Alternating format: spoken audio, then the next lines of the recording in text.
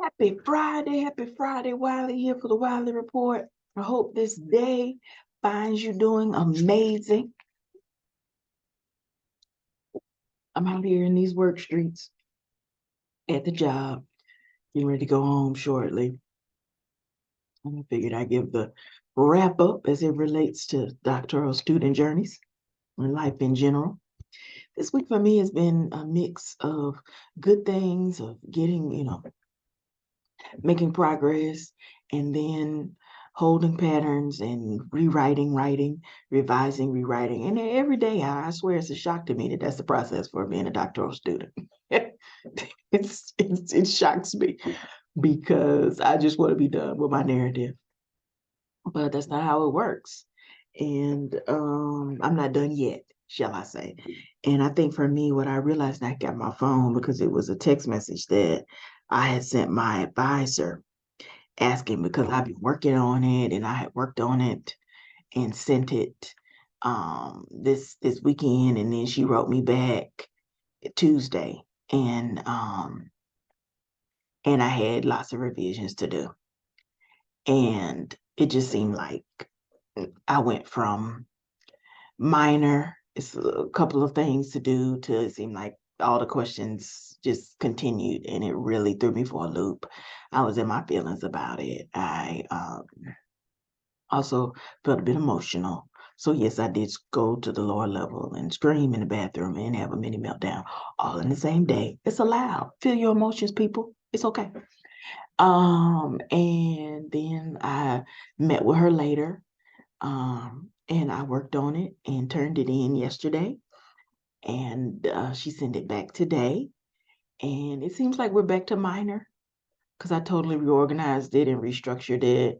There's some citations as far as like the citation format that I got to work on, and to do little connections, do connections.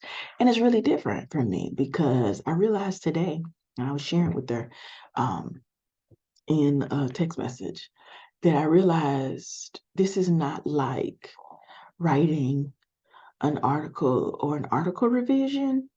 Basically, and I go to it because I hope that it helps someone. Because, and the reason I say it, I hope it helps someone, is because institutions and the practices and what it is that they have you do in these doctoral programs, it all varies. It's completely dependent on your institution. It depends on your department, and it's different. It is completely different everywhere you go. So I was texting her, and I was telling her it's just been dawning on me that this is not writing within the context of articles or article revisions. It's broader. And when I say broader, it's like I was asking her what's the best approach for the narrative, to think about it in terms of the fact that it's a document that defines and describes your area, where and how you feel that the work that you're gonna do or will do or are doing aligns with information science, and how you intend to use it for the scholar that you're becoming. And the reason that's so varied is because when you look at people's statements, because there are people who are totally willing to share their narratives, it's like even when you look at the way that they write it, it isn't necessarily applicable to you because you're not them. So for some people, like I have one friend that shared with me he's already been doing work. So it's kind of like the classes that he has taken are the framework that he's going to enhance the work that he's already doing. Or someone else talked about teaching and how they felt really challenged as a teacher before doing the PhD program, because, how do you handle when parents don't want you to read certain books, or they don't want certain things to be a part of the curriculum? And he was talking about how the courses and the work that he is doing now is better preparing him to handle those situations.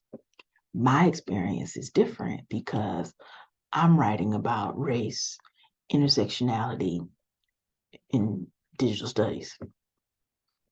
I don't do that in my day job. So, whereas if I was talking about data management, institutional repositories, engineering faculty, engineering students, you could like draw from my actual everyday experiences. but I'm not doing that. And it's not anything negative. You don't have to do that. It's just when I took my classes, I was really interested in this area. And because it's so broad, it's not what you'll do for your dissertation. You have to talk about it at a broad level.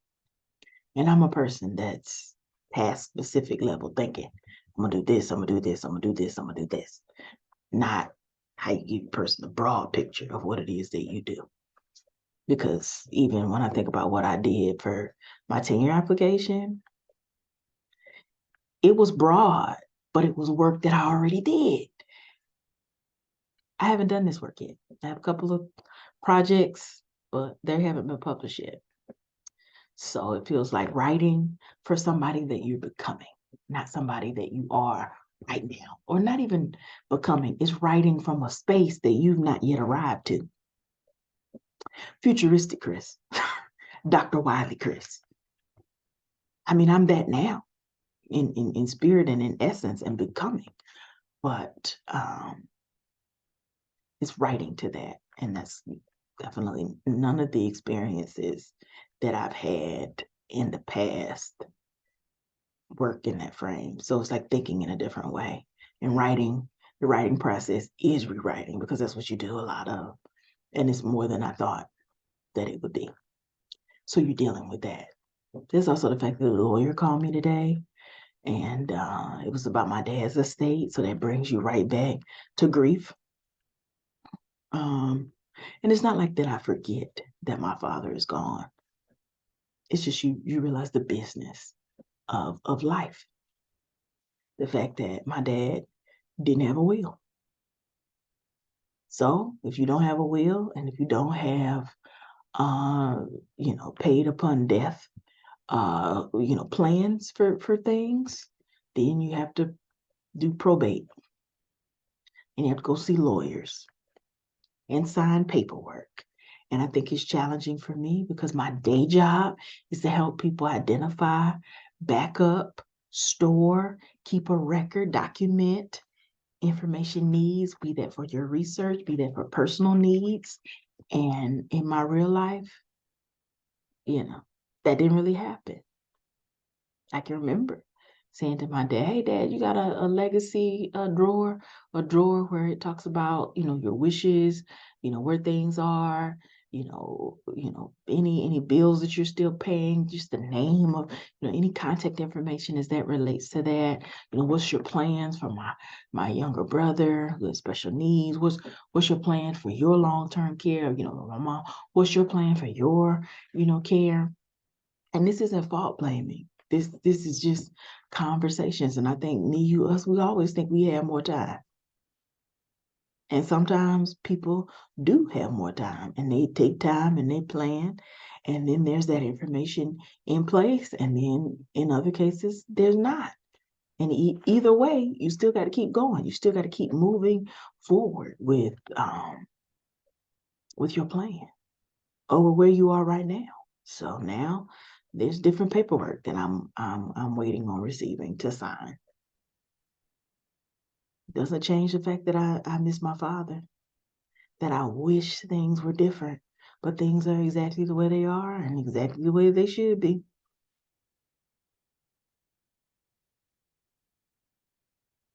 So that's what we're doing. It's like that Casey and JoJo song, Life, Life, Life, Life. I can't remember the tune of it, so I can't sing it. But yeah, I was thinking about that song, even though none of the things that they're talking about, because that song went with a with the movie when they were in jail and stuff. That's not where I'm at.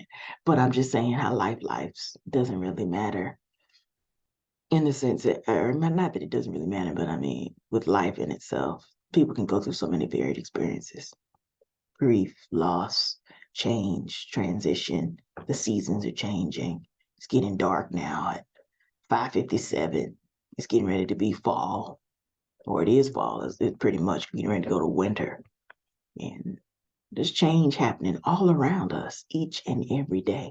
How do we adapt to it, move through it, be present with ourselves, take care of ourselves, figure out what it is that we need? Because I find that happens a lot in the doctoral program. Your professors say, let me know, how can I be of help? How can I be of support? They ask me that, and in a group I'm in too. And sometimes it's a challenge to answer that question because I've spent so much of my life trying not to need. I know that's crazy, but that's what I did. I tell my life in these streets. Yeah. So it's like, oh, thinking about what is it that I need in this moment? What is it that I need to do? What is it that I can do within myself to take care of me? Or who might I need to reach out to in case I need something else or need care? Or what does that mean? What does that look like? You know what I'm saying? So that's what's happening. Work-wise, it's busy. Engineering library is its own city of busyness and students. So you're helping them try to, be the best they can be and provide information, resources, or whatever it is that they need. And the carousel of life keeps right on turning. So that's all I got. I got plans to work on my revisions. So got a poster coming up. Got to work on that and do some other things as well. But just figured I'd come through with an update that life is lifing and I'm hanging on. And even though I have lots of revisions to do or revisions to work on, I'm going to keep moving forward. I realized that when you think about, the PhD program or the PhD itself is your PhD. It's you as the expert. It's you as in what you think and the knowledge that you're producing. So when other people advise you, and this is the roles of your advisors, they can give you guidance, but it's not their area because they already have one. So there's that. So it's like, yeah, you can't bullshit them, but you're telling them what it is that you see and how you see it and how it affects things. That is you. You're dealing with you and your knowledge that you have on this topic based on the classes that I sat in and took and how I see it and what areas are important and where I'm going with that. And the irony is half the time I think about things after I've written it. So kind of like after I submitted the document last night at 10 and I was, coming to work today because I ain't feel like catching the bus today. So I Ubered here at least twice this week because I just didn't feel like walking to the bus stop. I was like, I'm over it. I didn't. I was like, someone can drive me. Someone can drive me. I know. That's crazy. Maybe one day I'll get a driver. Can I manifest that? Anyway, one day I'll get a driver. Anyway, but yeah, I was thinking about things that I could have said different in it. Not that what I said was wrong. It's just you just think of how to reframe it. So since she submitted it back to me probably at about 12 something, I had to go to the barbershop and get a haircut. And it wasn't a quick appointment because he was running behind. But the good news is he's not that far from my job. So now I'm getting ready to do an hour worth of writing and take it home because I promised her that I would turn it in tomorrow at 3:00. And I want to spend tomorrow working on the citation format that she's talking about, and to this evening thinking about like